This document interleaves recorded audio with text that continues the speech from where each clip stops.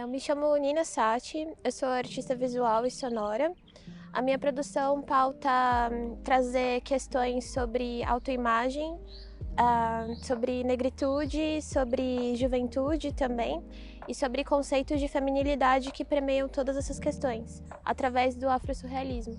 Então, eu nasci em São Paulo, coincidentemente no mesmo lugar onde eu estou morando agora. Porém, esse nunca foi, assim, o meu principal local de morada, assim.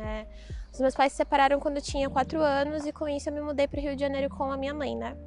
E a partir de então eu passei cerca de uma década, um pouco mais que isso, morando com ela lá. E depois que eu terminei a faculdade, eu voltei para São Paulo para justamente tentar, nesse cenário aqui que é um pouco mais cosmopolita,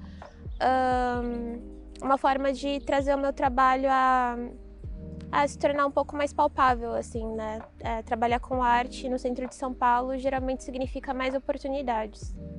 Eu cursei artes visuais na UERJ no período de 2014 a 2016.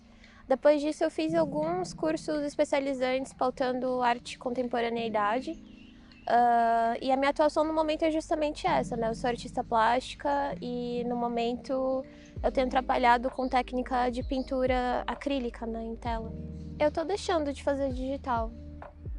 Questões assim, tipo, meu trabalho estava sendo muito colocado dentro de uma caixinha da ilustração, sabe? E por si só, a técnica de pintura, ainda mais como eu tô tentando trazer para grandes proporções, leva muito tempo, consome muito material e às vezes trabalho com ilustração não compensa, sabe, essa outra dimensão, assim. São mercados muito diferentes, assim, e aí eu tive que escolher um dos dois.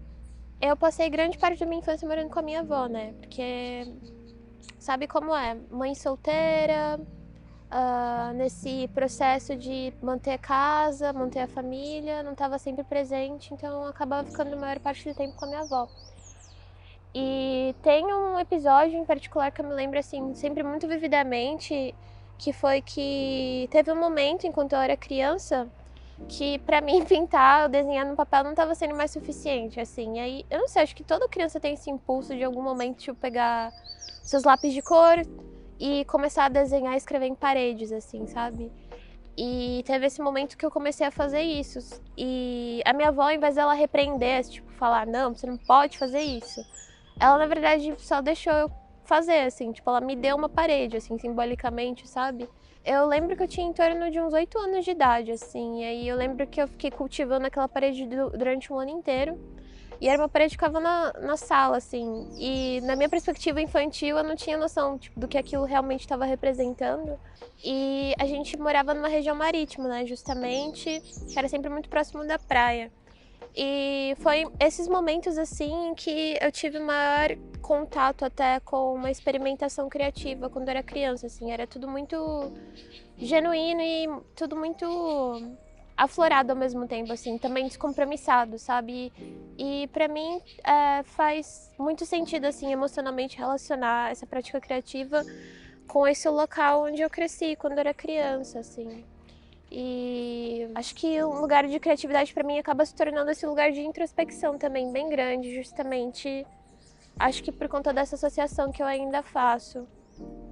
Porque não sei, eu sinto que dentro da gente, tipo, é um oceano imenso, assim, né? Tipo, muitas das vezes, assim, então percebo que o meu trabalho tem vindo com uma consistência, né? Ao longo dos anos, eu tenho me sentido mais confiante na linguagem dele, no que ele vem querendo dizer. Tipo, pra mim faz mais sentido agora, vendo em retrospectiva, olhando pra trás, né? Toda essa linguagem que veio se construindo e como essas narrativas que eu tenho agora com mais firmeza já estavam sedimentadas desde muito tempo atrás, sendo que naquela época eu não tinha essa mesma confiança, assim, então quando eu olho para trás, tipo, as coisas fazem mais sentido, como se elas tivessem sido trançadas de uma forma muito específica para que eu me tornasse quem eu sou agora, assim.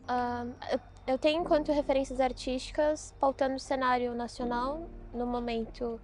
Eu diria nomes como a Sônia Gomes, Rosana Paulino, que são artistas que trazem muito sobre esse discurso a respeito da diáspora africana, porém através de um viés que fala muito sobre identidade e individualidades, né?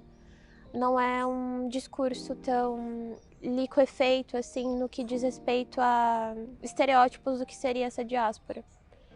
E artistas no cenário mais internacional, eu diria que uma artista que eu amo muito a produção é a Wangechi Mutu, que ela é uma artista do Quênia e uma artista mais próxima da minha geração, eu diria. Ela está numa geração um pouco acima da minha, assim, né, em questão de produção, seria a Chloe Pierre, que é uma artista norte-americana também, que ela fala sobre negritude e espiritualidade. O trabalho dela é lindo.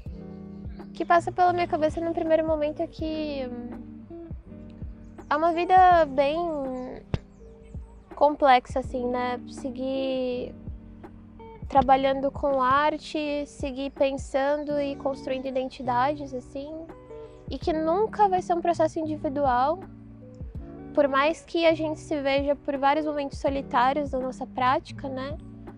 Eu acho que sempre vai ser uma constituição coletiva que acontece, tipo, espontaneamente em vários lugares do mundo, assim. Uma coisa que eu tenho percebido também é que muitas das produções artísticas recentes que eu vejo acontecendo no Brasil tem paralelos muito aproximados acontecendo em outros lugares do mundo, de pessoas que nunca tiveram contato, assim. Então, de que lugar a gente está acessando essas informações? Porque não parece ser coincidência, assim, tipo... eu lembro de uns anos atrás, muitos artistas com quem eu tive contato, assim, de falarem, tipo, nunca tive nenhuma referência palpável, né, com o meu trabalho artístico, eu tirei, tipo, de dentro de mim, tipo, essa inspiração foi da minha vivência ou da maneira como eu relacionei as informações do mundo.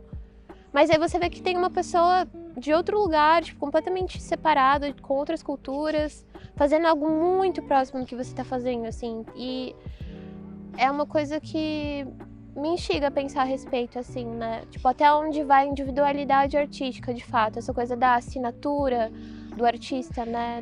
Da propriedade do artista, assim, sobre a obra. Eu acho que dentro da lógica mercadológica isso faz sentido. Mas quando a gente pensa sobre questões da narrativa, da estética e da sinergia, né, que acontece dentro desses trabalhos, acho que está muito além, assim. No final do ano de 2021, eu participei de uma chamada aberta, que era para uma exposição coletiva que estava sendo organizada por uma plataforma que ela é de Gana, né, que é o The Korea Culture. E essa proposta era justamente de fazer mapeamento e de trazer artistas transatlânticos, né? Isso, de certo modo, me colocou em contato com outros curadores, com outros colecionadores também da diáspora, né? Que, para mim, foi uma coisa muito significativa, assim. Por conta de, aqui no cenário brasileiro, eu não tive muito acesso ainda, muita entrada dentro das narrativas que estão sendo construídas a respeito da afrodiáspora, digamos. E o fato desses outros curadores, historiadores e colecionadores que também são de outras diásporas terem tomado interesse no meu trabalho, para mim está sendo muito especial, assim. Nós temos as nossas raízes, isso evidentemente. Eu não acho que é uma coisa que a gente simplesmente abandona, né?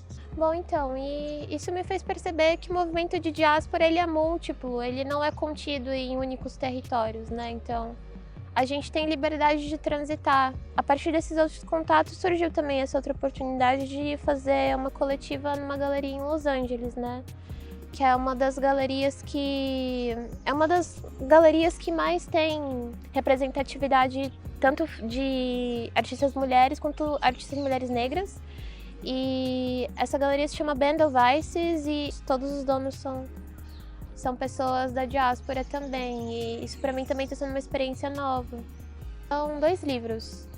Tem um livro de ficção que é da Alice Walker, que se chama Em Busca do Jardim das Nossas Mães, que foi um dos primeiros livros que eu li de uma mulher negra falando sobre justamente a espiritualidade artística em mulheres negras, assim. Eu acho que esse livro foi, tipo, central, assim, para a maneira como eu formulei ser artista mulher negra em território, assim, latino-americano, no caso.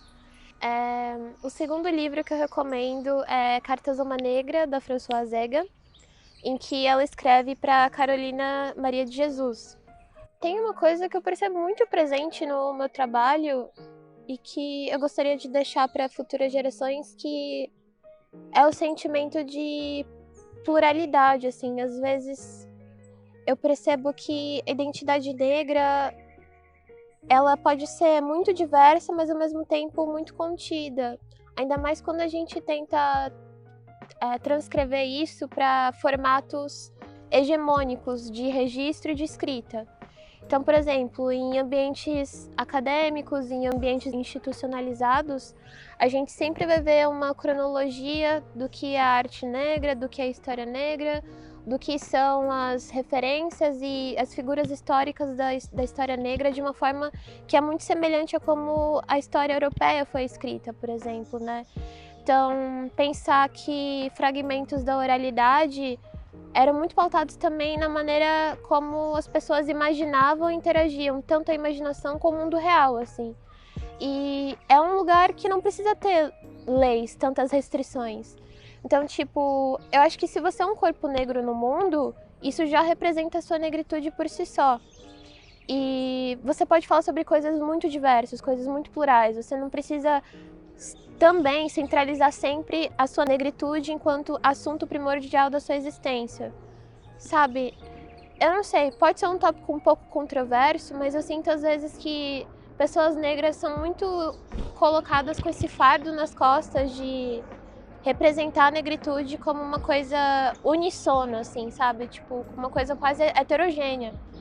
Isso pra mim nunca fez muito sentido, assim, mas eu entendo que foi parte de um processo de identificação, de construção de identidade. Eu lembro que uma época, quando eu comecei a pintar, eu usava paletas que as pessoas não identificavam enquanto, tipo, cores negras. Gente, tipo, rosa, roxo, azul, cores mais diversas, cores mais vibrantes.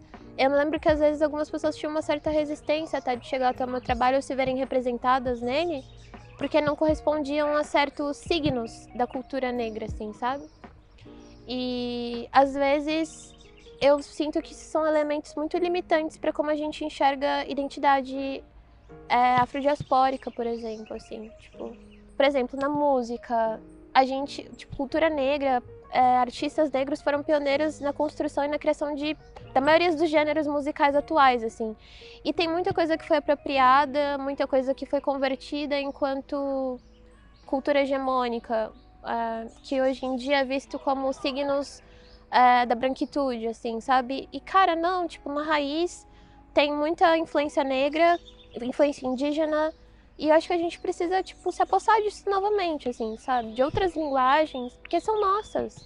São nossas. Acho que ser uma pessoa negra, tipo, da diáspora, assim, cara, foi um movimento que colocou a gente em contato com tantas outras culturas, com tantas outras realidades. Isso foi incorporando, foi criando massa, assim, global, sabe? E isso tudo faz parte da gente, assim. Eu não acho que a gente precise escolher certos signos em detrimento de outros. Tipo, tudo pode ser nosso. Tudo é nosso.